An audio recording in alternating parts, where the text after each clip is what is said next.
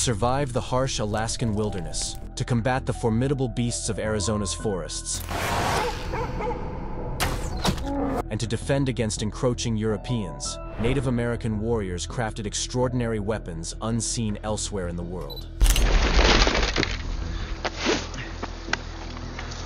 These ingenious tools fired spears with remarkable speed rivaling the velocity of gunshot bullets, capable of bringing down birds soaring high above and the mightiest of mammals. These weapons were the epitome of indigenous engineering prowess. Join us on this special episode as we unveil the stealthiest Native American weapons that you have probably not heard about. Gunstock Club. Although famous as an indigenous weapon among several North American First Nations tribes across the northern United States and Canada, the early development of the Gunstock Club remains a mystery to historians. They were first used in the late 17th century, but became prominent among northern plains tribes, such as the Lakota, by the mid-19th century.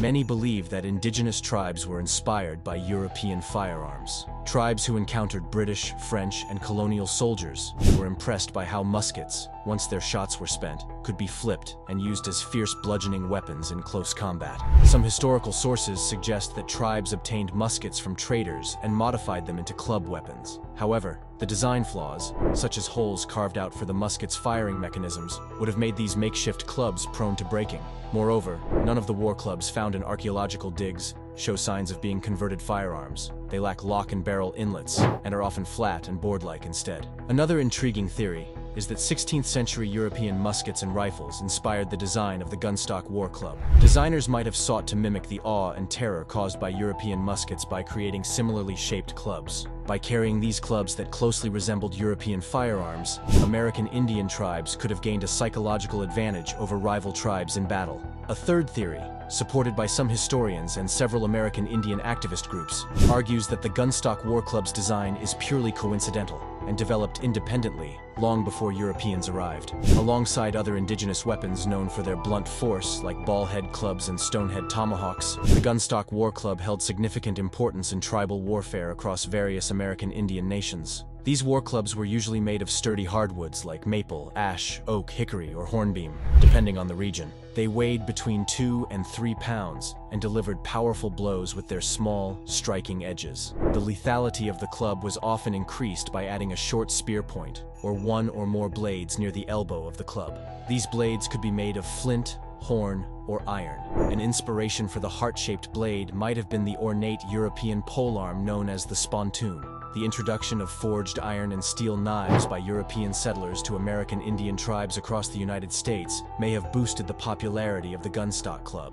For instance, an excavated Plains Indian-carved gunstock club from the late 19th century was found set with 3 butcher knife blades marked Lamson and Goodnow MFG Co. Patent, March 6, 1860. These clubs were often decorated with brass tacks and carved with intricate geometric or representational designs. The Gunstock War Club was a formidable weapon in close combat. Its heavy head, often made of dense hardwood or stone, could deliver crushing blows, while the angular shape of the handle allowed for both thrusting and slashing attacks. Some clubs even featured metal blades or spikes embedded in the head, adding to their lethal power. Beyond their practical use, Gunstock War Clubs also served as status symbols and works of art. Many were intricately carved with geometric patterns, animal motifs, or clan symbols, reflecting the owner's identity and achievements. The most elaborate clubs were often reserved for chiefs and other high-ranking warriors, and were sometimes adorned with feathers, beads, or other decorative elements. Tomahawk. This is definitely one of the weapons of Native Americans you have probably never heard of. A tomahawk is a single-handed axe used by many indigenous peoples and nations in North America. The name tomahawk comes from the Powhatan word tamahak, which traces back to the Proto-Algonquian root tema, meaning to cut off by tool. This ancient tool has many Algonquian relatives, including the Lenape Temahikan, the Malisite Passamaquoddy, Tomhikan, and the Abenaki Demahigan, all of which mean axe. Long before Europeans set foot on the continent, Native Americans ingeniously crafted tomahawks using stones, sharpened them through the skilled techniques of knapping and pecking, and affixed them to sturdy wooden handles with strips of rawhide. The tomahawk's practicality and effectiveness quickly led to its adoption by tribes throughout the South and the Great Plains. Native artisans added a unique twist to the tomahawk by creating a pole on the side opposite the blade, which could feature a hammer, spike, or even a pipe. These innovative designs, known as pipe tomahawks, included a bowl on the pole and a hollowed-out shaft. European and American craftsmen later produced these tomahawks as valuable trade items and diplomatic gifts for the tribes. The tomahawk's original designs were fitted with beautiful bladed or rounded stone heads, and sometimes even deer antler. Historians note that the tomahawk shaft is usually less than 2 feet long, traditionally made from sturdy woods like hickory, ash, or maple. The heads, which weigh between 9 and 20 ounces, have a cutting edge that is typically no longer than 4 inches. The opposite side of the blade, known as the pole, can feature a useful hammer, a sharp spike, or simply be rounded off. Starting in the 17th century, some tomahawks had a pipe bowl carved into the pole and a hole drilled down the center of the shaft, allowing them to be used for smoking tobacco through the metal head. Creating a stone tomahawk was a labor-intensive process, requiring hours of patient work. First, a suitable stone had to be carefully selected. Then, it was meticulously pecked and ground into the desired shape using harder stones or antler tools. The cutting edge of the tomahawk was sharpened through grinding and polishing, often using fine sand or other abrasives. Once the head of the tomahawk was perfectly shaped, it was attached to a strong wooden handle using various methods. Some tomahawks were secured by splitting the handle and inserting the head, while others were secured using sinew, rawhide, or plant fibers. The end result was a highly effective and versatile tool, ideal for tasks ranging from chopping wood and butchering game to close-quarters combat. Jawbone clubs. The jawbone war club is an edged weapon that was once used by Native American tribes. Crafted from the mandibles of elk, buffalo, horses, or bears, these clubs were often enhanced with leather-wrapped handles for a better grip. The jawbones were delicately painted with symbols that held tribal significance, turning each club into a unique piece of art. Despite their primitive origins, jawbone war clubs were highly effective in close combat, capable of penetrating an enemy's chest. In some regions, jawbones from large marine mammals like whales, walruses, or sea lions were also used. Creating a jawbone club was a complex and time-consuming process that required great skill and patience. The bone was first cleaned and stripped of flesh, then left to dry and harden in the sun.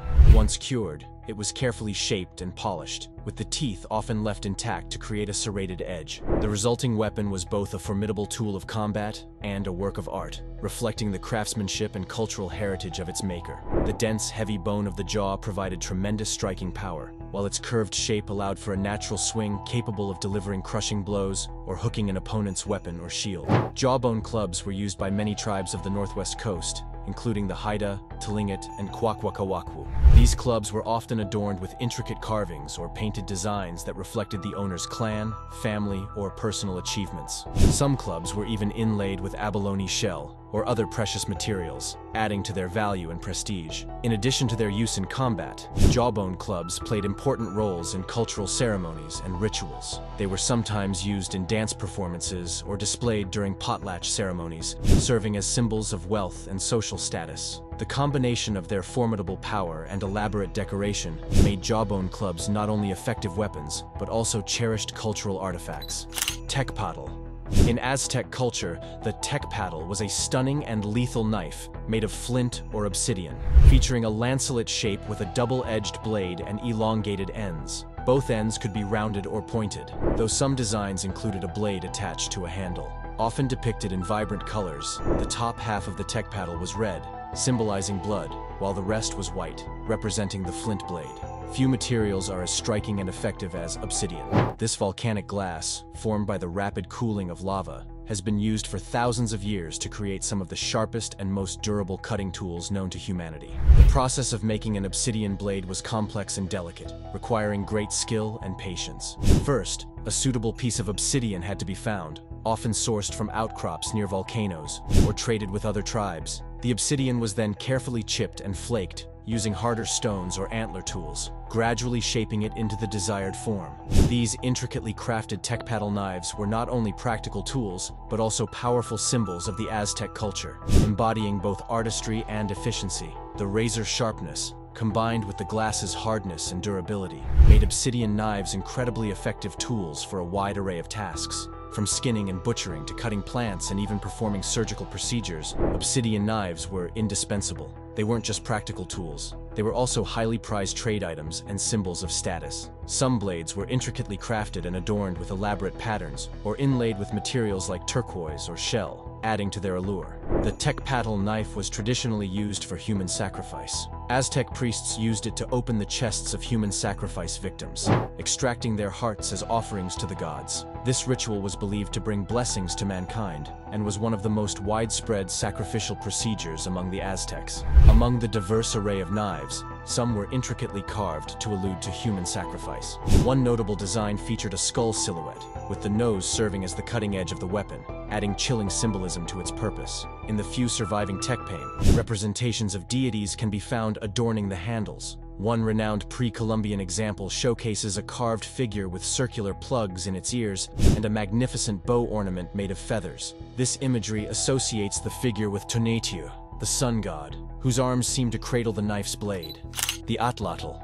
The atlatl was used to achieve greater velocity when throwing darts or javelins. It typically consists of a shaft with a cup or spur at the end to support and propel the spear, usually about as long as the user's arm. The atlatl allows the user to store energy during the throw, making it a powerful weapon. To use it, the person grips the atlatl near the end farthest from the cup, placing the butt end of the spear into the cup, or gripping the spur. The spear, much longer than the atlatl, is held parallel to it but pointing in the opposite direction. The user holds the spear with their thumb and index finger, while the other fingers grip the atlatl. By reaching back with the spear aimed at the target and making an overhand throwing motion, the user releases the spear with remarkable speed and force. This combination of leverage and skill made the atlatl a highly effective hunting and combat tool. The dart is thrown by the action of the upper arm and wrist. The atlatl acts as an extension of the throwing arm, functioning as a lever. This extra length allows the thrower to impart more force to the dart, increasing its speed and energy. Modern ball throwers, like those used for throwing tennis balls for dogs, use the same principle. This spear thrower was capable of launching projectiles at speeds over 150 kilometers per hour. The atlatl, used by the Tarayuryu warriors, was unique and impressive in its design. Measuring about 88 centimeters long and 3 to 4.5 centimeters wide, this spear thrower was a tapering piece of polished brown hardwood. It featured a semicircular outer half with a deep groove to hold the end of the javelin. The javelin was engaged by a horizontal wooden peg or spur lashed with cotton thread to the narrow end of the throwing board, which was adorned with a few scarlet parrot feathers for decoration. Their darts or javelins were likely made from 2-meter-long wooden canes with stone or long serrated hardwood points, sometimes tipped with poison. Equipped with their specially grooved atlatl, the Tarayuryu warriors could hurl their long darts with remarkable accuracy, speed, and deadly force. These darts were capable of piercing through the protective armor of the Portuguese or any other enemy, making the atlatl a fearsome weapon in their skilled hands. Macana. The macana is a sword-like weapon made of wood, sharp enough to be lethal. Most macanas were about 1 meter long, though some were larger. The variety in macana sizes likely came from different factors, including battle strategy, warrior status, military rank, tribal group, or the availability of chulol wood. The most common macanas were broad, flat wooden shafts with grooved edges, lined with sharp obsidian blades held in place by resin. Macana makers might have made shorter segments to produce more weapons from the precious obsidian, especially if it became scarce. The obsidian was imported from highland sources in Guatemala and Mexico, likely as early Spanish reports described Maya warriors using swords that appeared to be two-handed, and two-handed swords of very strong wood studded with obsidian. One of the most iconic macanas is the pahoa, a double-edged dagger made from wood or bone. These daggers were used in close combat, and were known for their ability to inflict deep, precise wounds. Some pahoa were also used in ceremonial sacrifices, or to finish off wounded enemies. Another notable weapon is the leomano, a fearsome club lined with shark teeth. The teeth were embedded in the wood using cordage made from coconut fiber, creating a saw-like edge that could tear through flesh and bone. The leomano was a symbol of chiefly power, and was often used in ritual combat, or to execute captured enemies. Before we continue the video, let's have our subscribers pick for today. On your screen, you see a woman chief wielding one of the weapons of Native Americans you have probably never heard of. As we zoom in for a closer look, you notice it resembles the famed maquahuitl, but with a twist, a longer grip, a spear-like end, and large, saw-like teeth. Speaking of the maquahuitl, this ancient weapon is crafted from wood and designed like a two-handed sword. However, its edges were covered with the finest obsidian blades and coils cut down anything. In fact, the first European settlers were so terrified by the makuahuitl that they reported it could slice a horse in half with a single blow. What do you think is the most lethal Native American weapon? Share your thoughts in the comments section below. Bolas. The bolas are capable of bringing down even the fastest and most elusive prey. Bolas are throwing weapons made of weights at the ends of interconnected cords, used to capture animals by entangling their legs. They were most famously used by the gauchos, but they have also been found in excavations of pre-Columbian settlements, especially in Patagonia. Here, indigenous peoples like the Tehuelche used them to catch 200-pound guanacos and rias. The Mapuche and the Inca army used them in battle, with Mapuche warriors using bolas in their confrontations with the Chilean army during the occupation of Araucania. The thrower swings the bolas by one of the weights, or by the nexus of the cords to build momentum, and then releases it. The bolas typically entangle the animal's legs, but when thrown with enough force, they can even break bones. Traditionally, Inuit used bolas to hunt birds, fouling them mid-air with the lines of the bolas. The Belcher Island Inuit used bolas to hunt eider ducks in flight, as shown in the documentary People of a Feather. Bolas come in various designs. Most have 2 or 3 balls, but some versions have up to 8 or 9. Some bolas have balls of equal weight, while others vary the knots and cords. Gauchos use bolas, made of braided leather cords with wooden balls, or small leather sacks filled with stones at the ends. Tiwatewa.